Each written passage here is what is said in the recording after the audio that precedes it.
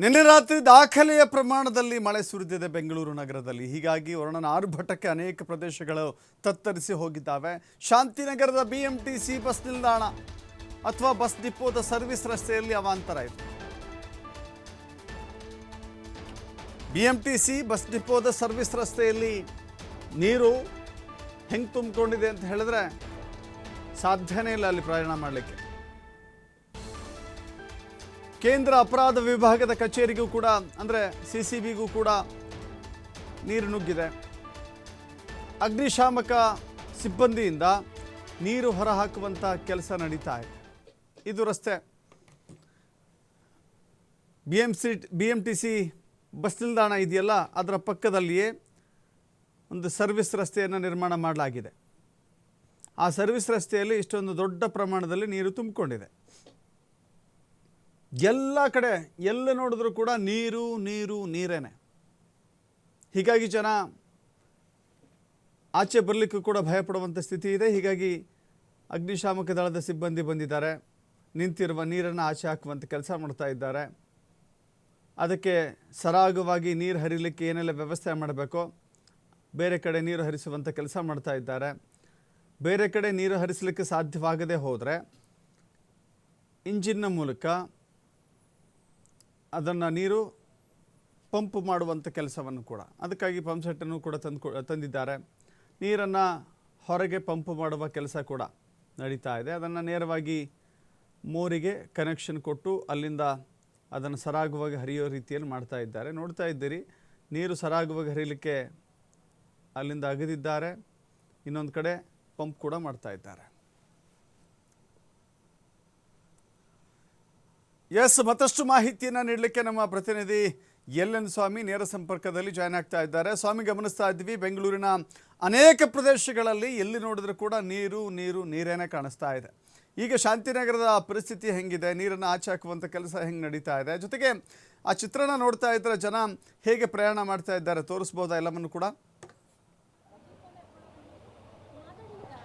ಖಂಡಿತ ದಶರಥ, ನಿನ್ನೆ ರಾತ್ರಿ ಬಿದ್ದಂತಹ ಮಳೆಗೆ ಸಿಲಿಕಾನ್ ಸಿಟಿ ಸಾಕಷ್ಟು ನೀರು ತುಂಬಿಕೊಂಡಿದೆ ಅಂತಲೇ ಹೇಳ್ಬೋದು. ಯಾಕೆಂದರೆ ಒಂದು ಕಡೆ ಸಾಕಷ್ಟು ಮಳೆ ಆಗ್ತಾ ಇದೆ.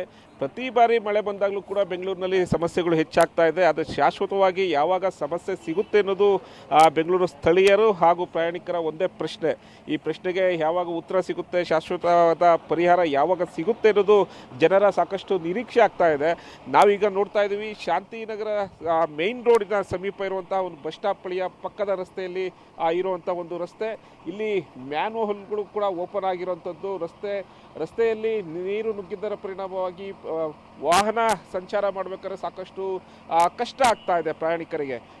ಟೂ ವೀಲರ್ನಲ್ಲಿ ಬರುವಂತಹ ಒಂದು ಪರಿಸ್ಥಿತಿ ಅಂತೂ ಹೇಳೋಕ್ಕಾಗ್ತಾ ಇಲ್ಲ. ನಾವು ನೋಡ್ತಾ ಇರ್ಬೋದು, ಈಗ ಟೂ ವೀಲರ್ನಲ್ಲಿ ಬರ್ತಾ ಇರೋದು ಅವರು ಎಷ್ಟೆಲ್ಲ ಒಂದು ಸಮಸ್ಯೆಗಳನ್ನು ಎದುರಿಸ್ತಾ ಇದ್ದಾರೆ.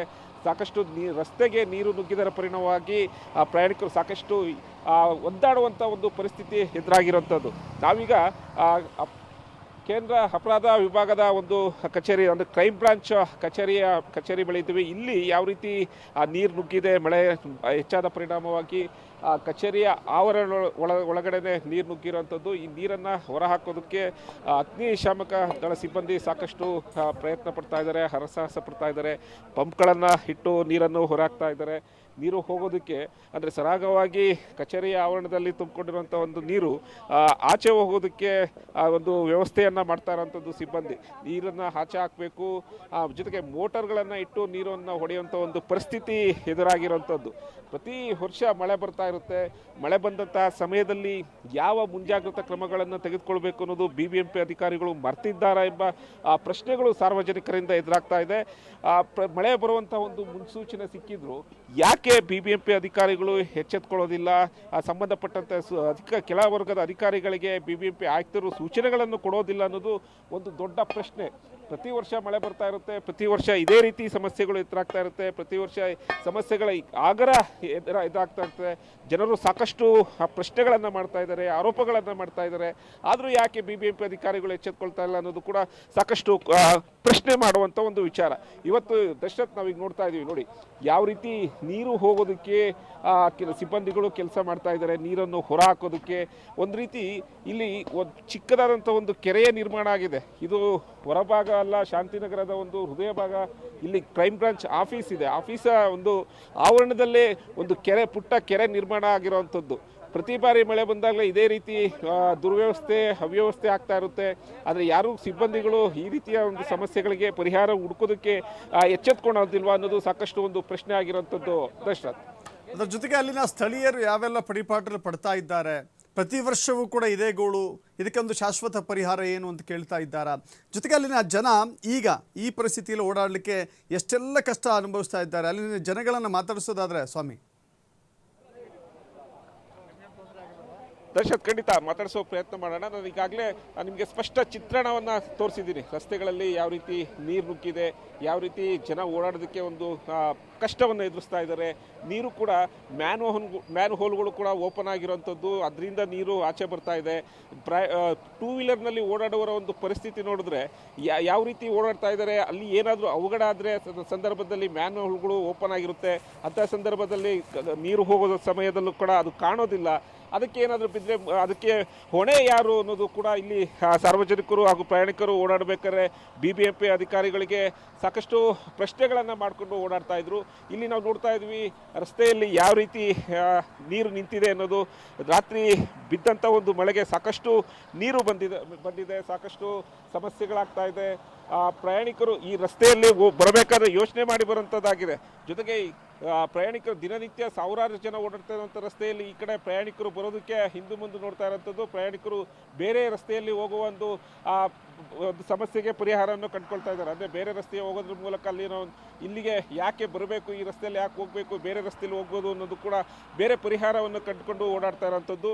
ಇಲ್ಲಿನ ಈ ದುಸ್ಥಿತಿ ಸಾಕಷ್ಟು ಪ್ರಯಾಣಿಕರು ಸಾಕಷ್ಟು ಆರೋಪಗಳನ್ನು ಮಾಡ್ತಾ ಇದ್ರು. BBMP ಅಧಿಕಾರಿಗಳು ಏನು ಮಾಡ್ತಾ ಇದ್ದಾರೆ, ಯಾಕೆ ಇದ್ರ ಕಡೆ ಸಂಬಂಧಪಟ್ಟಂಥ ಅಧಿಕಾರಿಗಳು ಯಾಕೆ ಇನ್ನೂ ಸೂಕ್ತ ಸಮಯದಲ್ಲಿ ಬಂದಿಲ್ಲ, ಸೂಕ್ತ ಸಮಯದಲ್ಲಿ ಪರಿಹಾರವನ್ನು ಕಂಡುಕೊಡ್ತಾ ಇಲ್ಲ ಅನ್ನೋದು ಸಾಕಷ್ಟು ಆರೋಪಗಳನ್ನು ಮಾಡ್ತಾ ಇರೋಂಥದ್ದು ದಶರಥ್. ನನಗನ್ಸುತ್ತೆ ಅಲ್ಲಿ ಮಳೆ ಕಾರಣಕ್ಕಾಗಿ ಜನಗಳ ಓಡಾಟವೇ ವಿರಳವಾಗಿ ಹೋಗಿದೆ ಅಂತ. ನಾವು ಮಾತಾಡಿಸೋ ಪ್ರಯತ್ನ ಮಾಡ್ತಾ ಇದ್ರು ಕೂಡ ಅಲ್ಲಿ ಜನಗಳೇ ಬರ್ತಾ ಇಲ್ಲ. ಆ ವಾಹನಗಳಲ್ಲಿ ಹೋಗ್ತಾ ಇದ್ರು ಕೂಡ ಹೇಗಪ್ಪ ಇದನ್ನು ದಾಟ್ಕೊಂಡು ಹೋಗಿದ್ರೆ ಸಾಕು ಅನ್ನೋ ರೀತಿಯಲ್ಲಿ ಮೋಸ್ಟ್ಲಿ ಮಾತಾಡೋಕ್ಕೂ ಕೂಡ ಭಯಪಡುವಂಥ ಸ್ಥಿತಿ. ಇನ್ನು ಅಲ್ಲಿ ವಾಹನಗಳ ಚಾಲನೆ ಮಾಡೋದಕ್ಕೂ ಕೂಡ ಒಂದು ರೀತಿ ಭಯಾನಕ ಸ್ಥಿತಿ. ಹೇಳಿ ಕೇಳಿ ಬೆಂಗಳೂರು ರಸ್ತೆಗಳು ಪಾಟ್ ಹೋಲ್ ಸಿಟಿ ಅಂತ ಹೇಳಿ ಆಲ್ರೆಡಿ ಬಿರುದನ್ನು ಪಡೆದುಕೊಂಡಿದ್ದಾವೆ. Global city, garden city, ITBT city, ನಾವು ಏನೆಲ್ಲ ಕರಿತೀವಿ. ಆದರೆ ಇವತ್ತಿಗೆ ಈ ಕ್ಷಣಕ್ಕೆ ನೀವಿರುವ ಜಾಗ ಸ್ವಿಮ್ಮಿಂಗ್ ಪೂಲ್ ಸಿಟಿಯಾಗಿ ಮಾರ್ಪಟ್ಟಿಲ್ವಾ ಸ್ವಾಮಿ? ಖಂಡಿತ ದಶರಥ. ನಾವು ಕೆಲ ಜನಗಳನ್ನು ಮಾತಾಡಿಸೋ ಸಮಯದಲ್ಲಿ ಹೇಳ್ತಾ ಇದ್ವು, ಸರ್ ಯಾರಿಗೆ ಪ್ರಶ್ನೆ ಮಾಡಬೇಕು, ಯಾಕೆ ಪ್ರಶ್ನೆ ಮಾಡಬೇಕು, ಅಧಿಕಾರಿಗಳಿಗೆ ನಾವು ಪ್ರತಿ ವರ್ಷ ಕೂಡ ಪ್ರಶ್ನೆ ಮಾಡ್ತಾ ಇರ್ತೀವಿ, ಆದರೆ ಪ್ರಶ್ನೆಗೆ ಇನ್ನೂ ಉತ್ತರ ಸಿಕ್ಕಿಲ್ಲ. ಹಾಗಾಗಿ ಪ್ರಶ್ನೆ ಮಾಡೋದನ್ನು ಬಿಟ್ಬಿಡ್ಬೇಕು ಅನ್ನೋದು ಕೂಡ ಕೆಲ ಜನ ಪ್ರಯಾಣಿಕರು ಹೇಳ್ತಿರುವಂಥದ್ದು ನೋಡ್ಬೋದು. ಒಂದು ರೀತಿ ಒಂದು ಕಚೇರಿಯ ಆವರಣದ ಒಳಗಡೆ ಮಿನಿ ಚಿಕ್ಕದಾದಂಥ ಒಂದು ಕೆರೆ ನಿರ್ಮಾಣ ಆಗಿರೋದು, ಇನ್ನು ರಸ್ತೆಯಲ್ಲಂತೂ ಸ್ವಿಮ್ಮಿಂಗ್ ಪೂಲೇ ಆಗಿರುವಂಥದ್ದು. ಹೀಗಾಗಿ ಅಧಿಕಾರಿಗಳಿಗೆ ಯಾವ ಅಧಿಕಾರಿಗಳನ್ನು ಪ್ರಶ್ನೆ ಮಾಡಬೇಕು ಅನ್ನೋದು ಕೂಡ ಇಲ್ಲಿನ ಜನಗಳು ಹೇಳ್ತಿದ್ದಂಥದ್ದು. ಅಂದರೆ ಯಾಕೆ ಸರ್ ಪ್ರಶ್ನೆ ಮಾಡಬೇಕು, ನಾವು ಪ್ರತಿ ವರ್ಷ ಬಂದಾಗಲೂ ಇಂಥ ಸಮಸ್ಯೆ ಎದುರಾಗುತ್ತೆ, ಸಮಸ್ಯೆ ಬಂದಾಗಲೆಲ್ಲ ನಾವು ಪರಿಹಾರವನ್ನು ಕೇಳ್ತೀವಿ. ಆದರೆ ಯಾಕೆ ಅಧಿಕಾರಿಗಳಾಗಲಿ, ಸರ್ಕಾರ ಆಗಲಿ, ಇಲ್ಲಿನ ಸಚಿವರಾಗಲಿ ಯಾಕೆ ಇದ್ರ ಬಗ್ಗೆ ಗಮನ ಹರಿಸ್ತಾ ಇಲ್ಲ ಅನ್ನೋದು ಕೂಡ ಪ್ರಶ್ನೆ ಮಾಡ್ತಿರುವಂಥದ್ದು. ಅಂದರೆ ಯಾರಿಗಾಗಿ ಪ್ರಶ್ನೆ ಮಾಡಬೇಕು, ಸಮಸ್ಯೆಗಳಿಗಂತೂ ಪರಿಹಾರ ಸಿಗಲ್ಲ. ಆ ಸಮಸ್ಯೆಗಳಿಗೆ ಪರಿಹಾರ ಸಿಗದಂಥ ಸಂದರ್ಭದಲ್ಲಿ ನಾವು ಪ್ರಶ್ನೆ ಮಾಡಿದ್ರು ಅದಕ್ಕೆ ಪ್ರಯೋಜನ ಇಲ್ಲ ಅನ್ನೋದು ಕೂಡ ಇಲ್ಲಿನ ಜನಗಳು ಹೇಳ್ತಿದ್ದಂಥ ಒಂದು ಮಾತಾಗಿತ್ತು ದಶರಥ್. ಎಸ್, ಥ್ಯಾಂಕ್ ಯು ಸ್ವಾಮಿ ನಿಮ್ಮೆಲ್ಲ ಮಾಹಿತಿಗೆ.